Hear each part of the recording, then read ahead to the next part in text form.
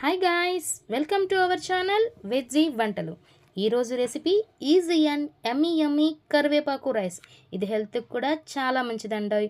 అలాగే మీకు ఎలాంటి రెసిపీస్ కావాలో కామెంట్ బాక్స్లో కామెంట్ చేయండి, తప్పకుండా చేద్దాం. ఇంకెందుకు ఆలస్యం, లెట్ స్టార్ట్.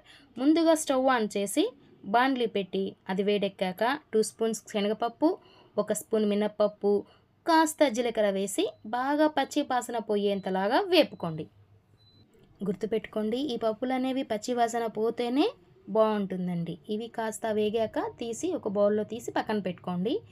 ఇప్పుడు 3 ఎండుమిర్చి వేసి కాస్త ధనియాలు వేసి బాగా వేపుకోండి. ధనియాలు కూడా పచ్చి వాసన పోవాలండోయ్, అప్పుడే మనకి కరివేపాకు రైస్ అనేది టేస్ట్ చాలా బాగుంటుంది. అది కూడా వేగాక పక్కన పెట్టుకొని 1 స్పూన్ ఆయిల్ వేసుకొని అది ప్యాన్ మొత్తం స్ప్రెడ్ అయ్యేలాగా స్ప్రెడ్ చేసుకోండి.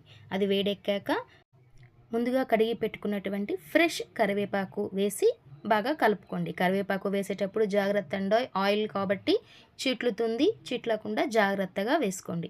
అది కూడా బాగా వేగిపోయాక చూడండి, కలర్ మారిపోతుంది, ఇలా రావాలి. ఇప్పుడు ముందుగా మనం వేపుకున్నటువంటి పప్పులు మిర్చి అంతా వేసి ఒకసారి బాగా కలుపుకోండి. ఇప్పుడు కాస్త ఇంగువ కూడా వేసుకోండి, టేస్ట్కి చాలా బాగుంటుందండి. ఇప్పుడు అవి ఇంగువ కూడా వేసుకున్నాక అన్నీ బాగా కలుపుకొని చల్లారాక మిక్సీ జార్లో పౌడర్ చేసి పక్కన పెట్టుకోండి. ఇప్పుడు 2 స్పూన్స్ ఆయిల్ వేసి ఆయిల్ ప్యాన్ అంతా స్ప్రెడ్ అయ్యేలాగా ఒకసారి స్ప్రెడ్ చేసుకోండి.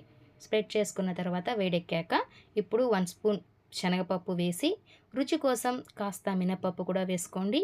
అలాగే కాస్త జీలకర్ర, కొన్ని ఆవాలు కూడా వేసుకొని బాగా కలుపుకోండి.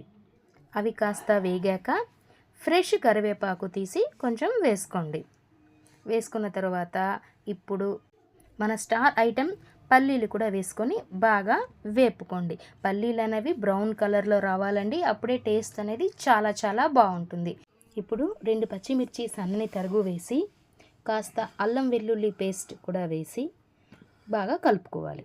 ఇది బాగా కలుపుకున్న రుచికి తగినంత సాల్ట్ కూడా వేసుకొని బాగా కలుపుకోవాలండి. ఇది బాగా కలుపుకోవాలి, ఎందుకంటే అల్లం వెల్లుల్లి పేస్ట్ వేసాం కదండి, అది పచ్చి వాసన అనేది పోయేంత వరకు బాగా కలుపుకోవాలి. ఇప్పుడు మనం ముందుగా గ్రైండ్ చేసి పెట్టుకున్నటువంటి కరివేపాకు రైస్ పౌడర్ కూడా వేసుకొని మళ్ళీ కాస్త కలుపుకోవాలండి. ఈలోపు మన వీడియోస్ ఓపెన్ చేసి లైక్, షేర్, సబ్స్క్రైబ్ చేయడం మర్చిపోవద్దండి. చూడండి, ఇవి బాగా వేగిపోయాక ఒక హాఫ్ బౌల్ రైస్ తీసుకొని వేసి కరివేపాకు పొడి అనేది రైస్కు పట్టేలాగా అన్ని వైపులా బాగా కలుపుకోవాలండి. అంతే అండి, ఎంతో సింపుల్ అయినటువంటి కరివేపాకు రైస్ రెడీ. దీనికి సైడ్ డిష్గా పెరుగుతోటి తింటే చాలా చాలా బాగుంటుందండి. ఈ వీడియో చూశాక లైక్ చేసి మీ ఫ్రెండ్స్ అందరికీ షేర్ చేసి సబ్స్క్రైబ్ చేయండి.